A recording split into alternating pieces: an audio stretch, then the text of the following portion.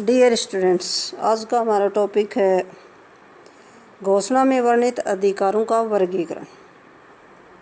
Classification of rights mentioned in the declaration.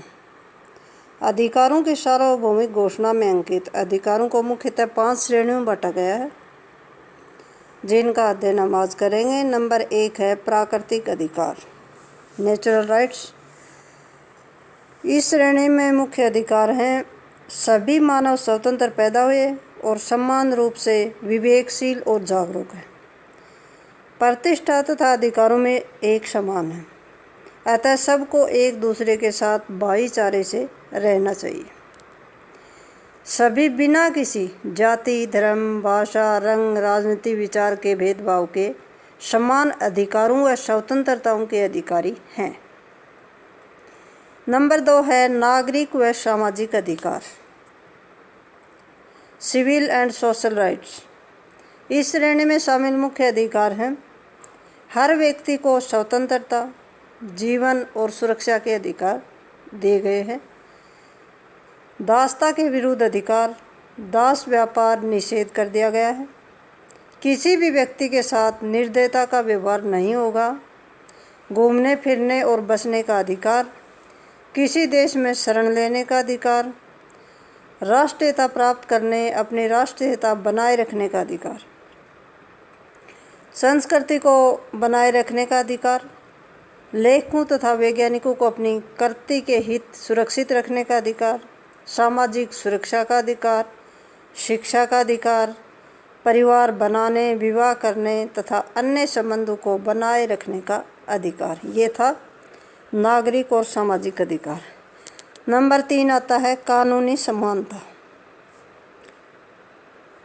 कानून का समान शासन स्थापित करने के लिए व्यवस्था की गई है कि सभी कानून के समक्ष समान हैं तथा सभी को कानून का संरक्षण समान रूप से प्राप्त है। शांतिपूर्ण ढंग से इकट्ठा होने और संघ बनाने का भी अधिकार है। देश की सरकार में भाग लेने का अधिकार, सरकारी पद प्राप्त करने की स्वतंत्रता, प्रतिनिधियों को चुनने का भी अधिकार। जनता की इच्छा ही सरकार बनाने का आधार होगी, जो वैश्विक मताधिकार द्वारा व्यक्त होगी। मत की गोपनीयता बनाए रखने का अधिकार, स्वतंत्रता पूर्वक चुनाव प्रक्रिया का अधिकार। ये था कानूनी समानता। और नंबर 4 आता है आर्थिक अधिकार। इस श्रेणी में शामिल है सभी को संपत्ति रखने का अधिकार, किसी को भी उसकी संपत्ति से मनमाने ढंग से वंचित नहीं किया जा सकता। सभी को काम का अधिकार है, बेरोजगारी के विरुद्ध सुरक्षा, पसंद का रोजगार पाने का अधिकार, काम की इच्छा अनुसार परिस्थितियों का अधिकार, आराम व श्रम का अधिकार, जिसमें काम के निश्चित घंटे तथा समय पर वेतन सही छुट्टियां पाने का अधिकार, संतोषजनक जीवन स्तर बनाए रखने का, जिसमें अपनी व अपने परिवार का स्वास्थ्य और दूसरी भलाई निहित हो, ये भी अधिकार दिया गया है। और नंबर 5 आता है कि इन अधिकारों और स्वतंत्रताओं के वर्णन के पश्चात मानव अधिकारों की सार्वभौमिक घोषणा एक विशेष अधिकार का वर्णन करती है, अनुच्छेद 28 में।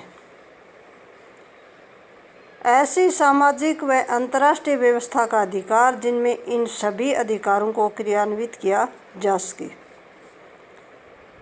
इन लक्ष्य की पूर्ति हेतु शिक्षा का अधिकार, धारा 26 पर विशेष बल दिया गया है। शिक्षा के माध्यम से व्यक्ति के व्यक्तित्व का पूर्ण विकास होगा, जिससे उसकी आस्था तथा विश्वास इन मौलिक स्वतंत्रताओं में बढ़ेगा, जिससे विश्व के सभी राष्ट्रों के नागरिक एक अंतर्राष्ट्रीय व्यवस्था को स्थापित करने में संयुक्त राष्ट्र संघ की सहायता करेंगे, जो शांतिमय होगी तथा जो विश्व में मैत्री के संबंधों को मजबूत करेगी। ये थे यूएनओ के अधिकारों का वर्गीकरण।